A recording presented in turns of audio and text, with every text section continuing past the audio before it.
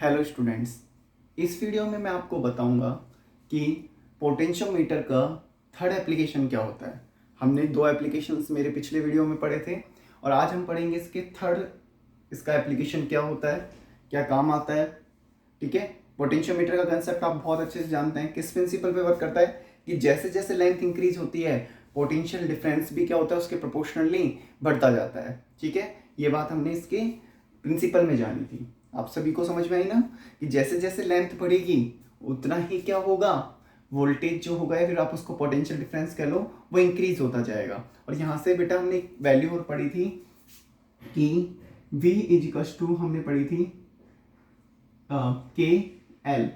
ठीक है, कि जैसे जैसे लेंथ बढ़ेगी, क्योंकि आपको पता है V किसके प्रोपोर्शनल हो गया, लेंथ के, और जैसे जैसे लेंथ बढ़ेगी V भी उसके अकॉर्डिंग बढ़ेगा। और जब हमने प्रोपोर्शनल का साइन हटाया था तो हमने यहाँ पे एक कांस्टेंट लगा दिया था K, इसको हमने बोला था पोटेंशियल ग्रेडियंट। पोटेंशियल ग्रेडियंट, ठीक है बेटा, यहाँ तक हमने स्टडी कर चुके हैं स्टूडेंट्स। अब हम बात करते हैं कि ये हमने निकाल लिया था पोटेंशियल ग्रेडियंट क्या होता है। अब हम बात करेंगे बेटा इसी कंसेप्ट को आगे, हम ये बात आप सभी को समझ में आई होगी। ठीक है, अब हम पढ़ते हैं इसका थर्ड एप्लीकेशन कि इसका थर्ड एप्लीकेशन होता क्या है। तो थर्ड एप्लीकेशन होता है measure the internal resistance of cells. अब measure the internal resistance of cell. अच्छा, हमने इसके दो एप्लीकेशन में क्या पढ़ा था। पहले एप्लीकेशन में हमने पढ़ा था किसी भी अननोन सेल का ईएमएफ फाइंड आउट करना। सेकंड हमने पढ़ा था दो बैटरीज के ईएमएफ को आपस में कंपेयरिंग करना। और तीसरा हम पढ़ने वाले कि यदि किसी सेल का इंटरनल रेजिस्टेंस हमें नहीं पता, इस सेल का इंटरनल रेजिस्टेंस हमें नहीं पता, तो वो क्या होगा, तो measure the internal resistance of the cells. बेटा ये हम पढ़ने वाले हैं कि किसी भी सेल का इंटरनल रेजिस्टेंस कितना है। तो देखिए इस सर्किट को आप बहुत अच्छे से पहचान गए होंगे। हमने लास्ट जो भी दो एप्लीकेशंस पढ़े थे उसमें केवल यही सर्किट काम में लिया था। बहुत अच्छे से जान गए होंगे आप सभी कि ये सर्किट हमने यही सर्किट काम लिया था जिसमें एक बैटरी लगी हुई थी, एक की थी K1 के, इसको मैंने K1 नाम दे दिया है, और एक रियोस्टेट था। उसके बाद एक 10 मीटर 4 से 6 मीटर का लंबा एक वायर था, इसको मैंने ABD नोट किया है। फिर हमें एक EMF जिसकी बैटरी का अब तो नॉन होगा, ठीक है, वो हमने E यहाँ पे रख दिया था और यहाँ से हमने वैल्यू निकाल ली थी। एक गैल्वेनोमीटर अटैच किया था और यहाँ से हमने E की वैल्यू निकाल ली थी। और हमें पता चलता है कि E क्या होता है, जितना वो जो कि डिफ्लेक्शन जहाँ पे शो करती है उसके अकॉर्डिंग हम E की वैल्यू निकाल लेते थे। मान लीजिए जो कि ने यहाँ पे, तो अभी आपको पता है potential gradient V equals to क्या होता है, KL। तो यदि मुझे E निकालना है तो वो आ जाता था बेटा KL1, यदि मान लीजिए जो कि ने डिफ्लेक्शन यहाँ शो किया। तो अब देखिए अब ये किस तरह से काम करता है, किस प्रिंसिपल पे वर्किंग क्या होती है। तो देखिए सबसे पहला जो हम काम करेंगे, प्राइमरी सेल सेम है, सेकेंडरी सेल हमने नीचे वाला मान लिया, पूरा सिस्टम सेकेंडरी मान लिया। प्राइमरी सेल आप बहुत अच्छे से देख पा रहे हैं। सेकेंडरी सेल में देखिए क्या होता है कि जब मैं K1 की को ओपन रखता हूं, व्हेन K1 की इज ओपन, जब K1 की ओपन है, तो जब K1 की ओपन है तो आपको पता है इधर कोई भी करंट नहीं जा रही, कोई भी करंट नहीं जा रही। तो ये पहले वाला ही सिस्टम बन गया हमारा जो हमने ईएमएफ निकालने के लिए पढ़ा है। तो एट बैलेंसिंग कंडीशन, तो जब हम चौकी को इधर उधर रखते हैं उससे देखते हैं नल पॉइंट कहाँ आ रहा है, जीरो डिफ्रैक्शन कहाँ आ रहा है। और जैसे ही हमको पता लगा कि चौकी जब इसको हम कनेक्ट नहीं कर रहे, तो एट पी पॉइंट जो कि गिव्स जीरो डिफ्लेक्शन, ठीक है, जीरो डिफ्लेक्शन दे रही है। तो इस कंडीशन पे हम पहला वाला रूल अप्लाई करते हैं। सो एट बैलेंसिंग कंडीशन,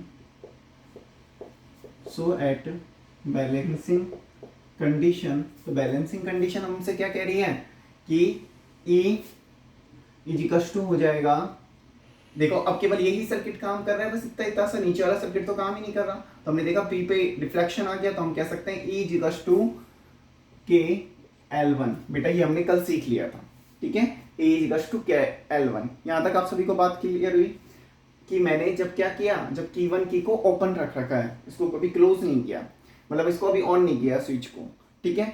अब मैं क्या कर रहा हूं कि व्हेन K1 की इज क्लोज। अब यदि मैंने K1 की को क्या कर दिया बेटा, क्लोज कर दिया, तो अब नीचे वाला सर्किट भी काम करने लग गया। अब नीचे वाला सर्किट काम करने लग गया, तब मैं इस जोकी को इधर उधर रख के चेक कर, अब देखो इसमें ये नीचे रजिस्टर, यहाँ पे क्या लगा रखा हमने सेकंड सर्किट में, रेजिस्टेंस बॉक्स, एक नॉन रेजिस्टेंस लगाया हुआ है, ठीक है।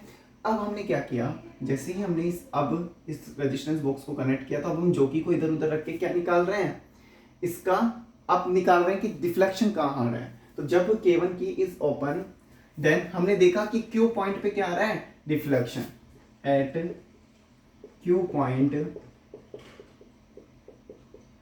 जो कि gives zero deflection. Okay, zero deflection क्या दे रही है, Q पॉइंट पे हमें जीरो डिफ्लेक्शन दे रही है। अब देखो यहाँ पे एक बात बेटा देखने की बात है। अच्छा, एक सिंपल से सर्किट की मैं बात करता हूँ, नीचे लगा लेते हैं इसे।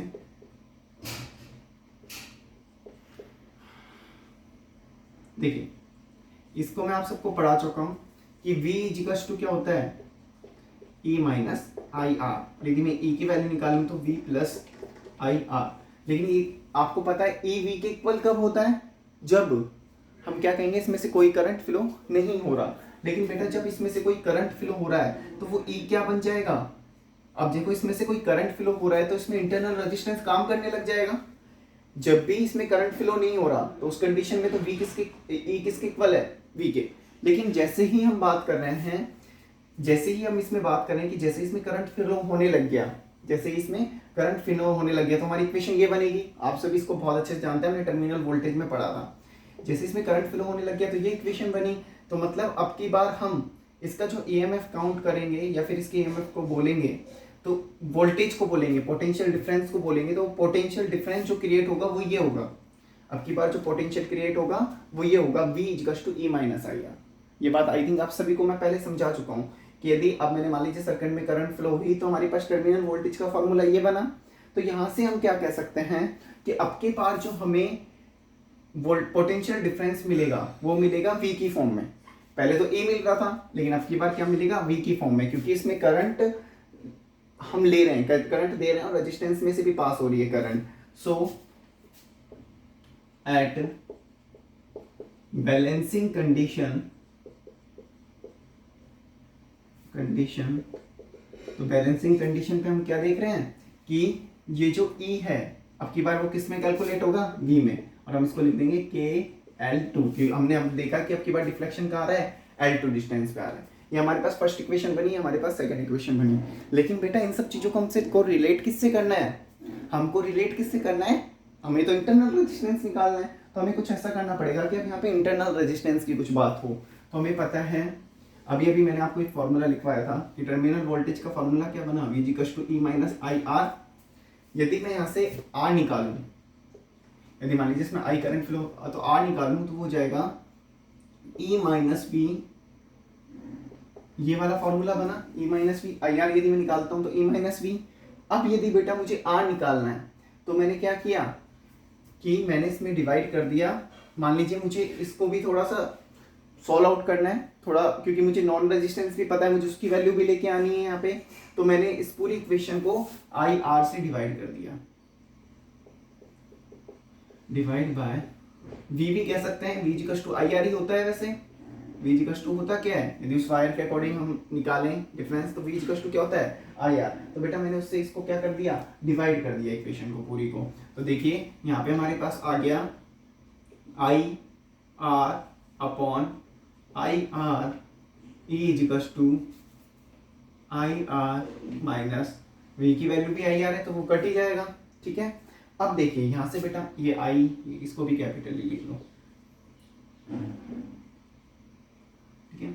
अब देखिए I से I कट हो गया, और यहाँ पे बेटा अब ये इक्वेशन बन गई, R आ गया इसमें, लेकिन हमें करंट नहीं पता, तो इस वाली टर्म को हम V ही रहने देंगे, क्योंकि हम तो हमारी चीज को कॉम्प्लेक्स करने से इजी बनाएंगे, क्योंकि V की वैल्यू हमें पता है। तो जैसे ही मैंने इसको देखा तो यहाँ पे मेरे पास R इक्वल्स टू क्या आ गया, R E upon V minus 1, ठीक है बेटा। ये वैल्यू मैंने यहाँ से निकाल ली।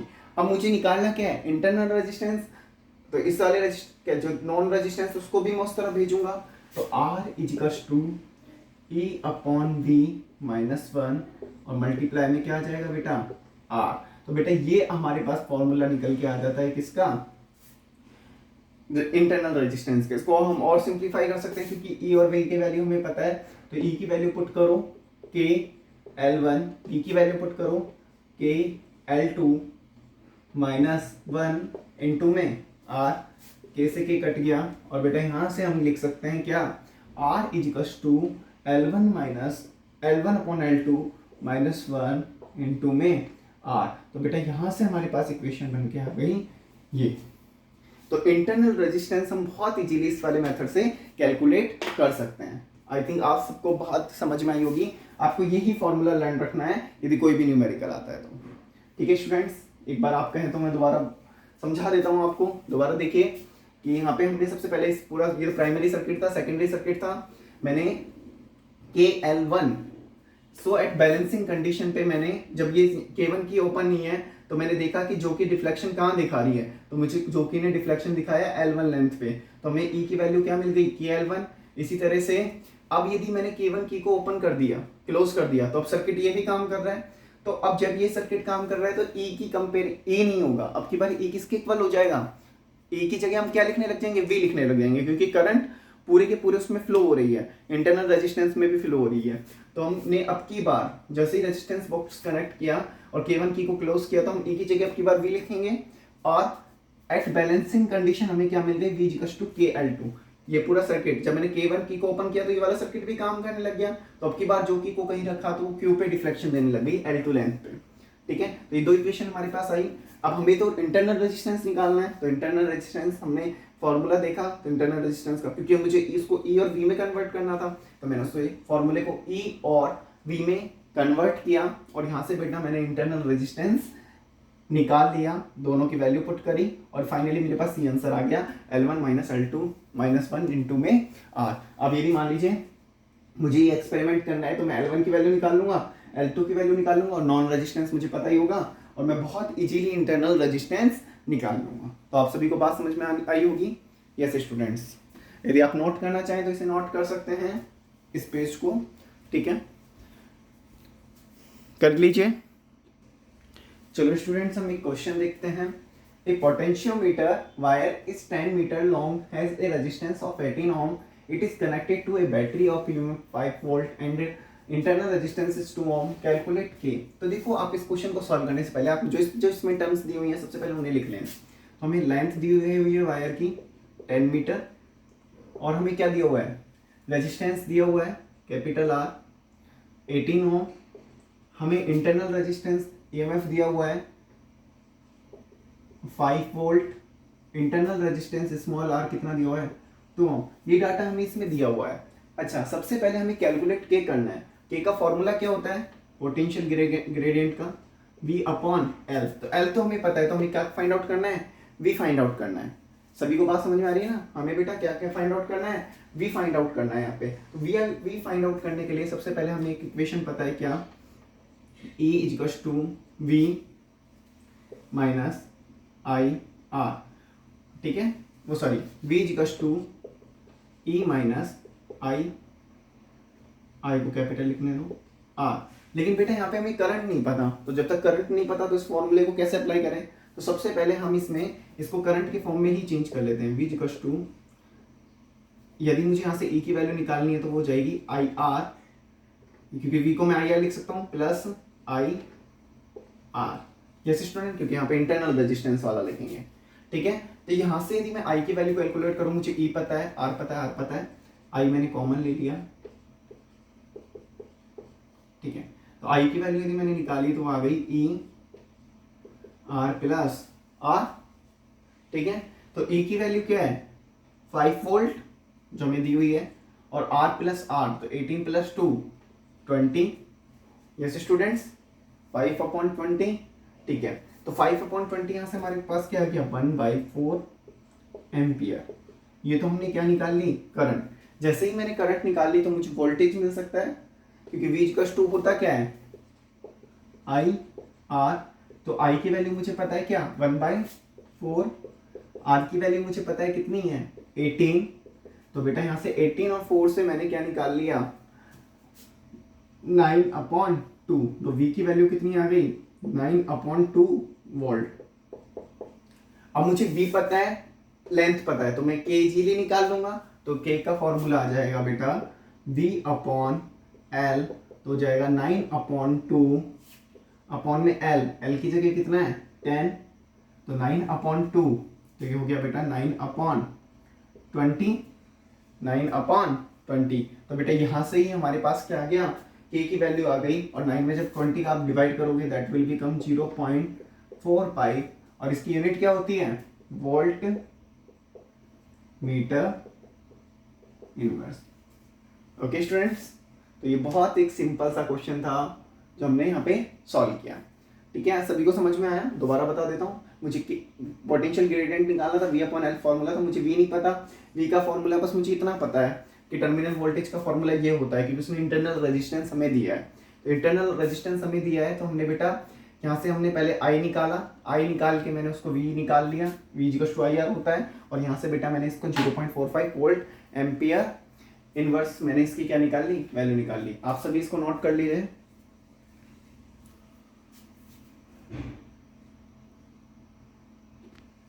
चलो स्टूडेंट, हम एक क्वेश्चन और देखते हैं। ए polar supplied a constant voltage of 3 volt, एक आप लिखते जाइए जो जो दिया जा रहा है। तो V हमें दिया हुआ है 3 वोल्ट जो कि कांस्टेंट वैल्यू है। ठीक है, इस सेल ऑफ EMF E हमें दिया हुआ है 1.08 volt is balanced by the voltage drop across 216 centimetre. 216 centimetre की लेंथ पर एक पोटेंशियोमीटर में एक 216 मीटर की लेंथ पे हमें क्या मिल रहा है, EMF कितना मिल रहा है 1.08 वोल्ट। तो लेंथ L1 की वैल्यू हमें दी हुई है 216 सेंटीमीटर। अब इसको मीटर में बदल लेंगे अभी हम। Find voltage drop across 216 centimetre of wire, find total length L।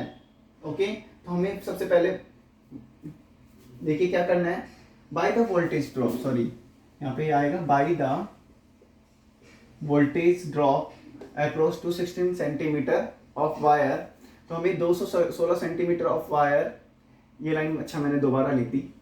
Find total length, हमें इसमें टोटल लेंथ फाइंड आउट करनी है L। तो देखिए हमें जब इसमें total length L find out करनी है तो हमें V दिया हुआ है, ये पता है, और L1 पता है। तो देखिए हम किस तरह से, मैं बस में थोड़ा सा क्वेश्चन में चेंज कर देता हूँ। ए polar supplied a constant voltage of 3 volt, a cell of EMF 1.08 is balanced by the voltage drop across 260 centimeter of wire।